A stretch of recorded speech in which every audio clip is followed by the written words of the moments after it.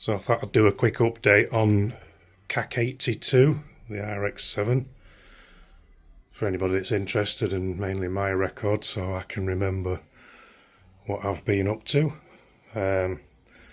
First problems is the compression on the rotors.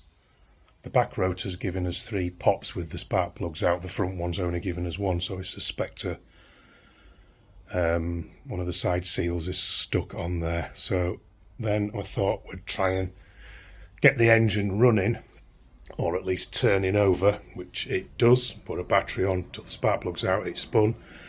Put ATF fuel and WD-40 maintenance spray in through the spark plug holes. Left it, spun it, still not really popping much on the front rotor. So then we went to have a little look at the fuel system. So I took the fuel pump out, tested it with a meter, put 12 volts on, just wouldn't run. So bought a new fuel pump, well, third party compatible type thing off eBay, 20 odd quid. Fitted it, tested it, and it ran.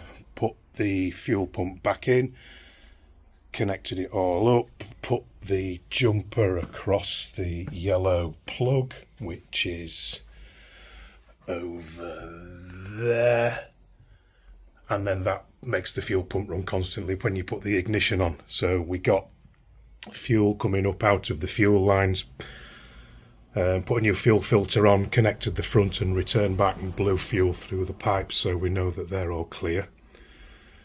Connected it all back up, spanned the engine, nothing, just turned over. Pulled the spark plug out, no spark. So then I started investigating the spark. The igniters, which are there, had no 12 volts on the low tension side, so traced it through from the battery onto the fuse panel, which is under the dash down there in that rat's nest. So we had 12 volts on there, but not on the LT side. So a bit more further investigation led us up to immobilizer alarm system, which is all that crud there. So that Mazda, I don't think it's a factory alarm, but it's one that's fitted by the dealer before you take ownership of the car. That had a cut-off underneath there, which we found. Wired it out, took the alarm system out of the thing, and then we had spark. Turned the engine over with spark, still nothing. Blew some carb cleaner down the intake, and the thing fired, so it went bang bang pop fart a few times, so we knew that we had a fueling problem. That's when the dismantling started, so off with a few parts. So first to come off was the intercooler. We needed to take that off to get access to the throttle body manifold intake there. That gave us access to the fuel rails, which had the injectors on. Now there was a lot of crud under there, you can probably see. That's where the 2 screws are. They've got a bit of tape around the end, bunging up the main intakes. Then we've got the 2 blue gloves on the bottom. These are the top intakes, and then you've got the air intake for the down into the manifold there.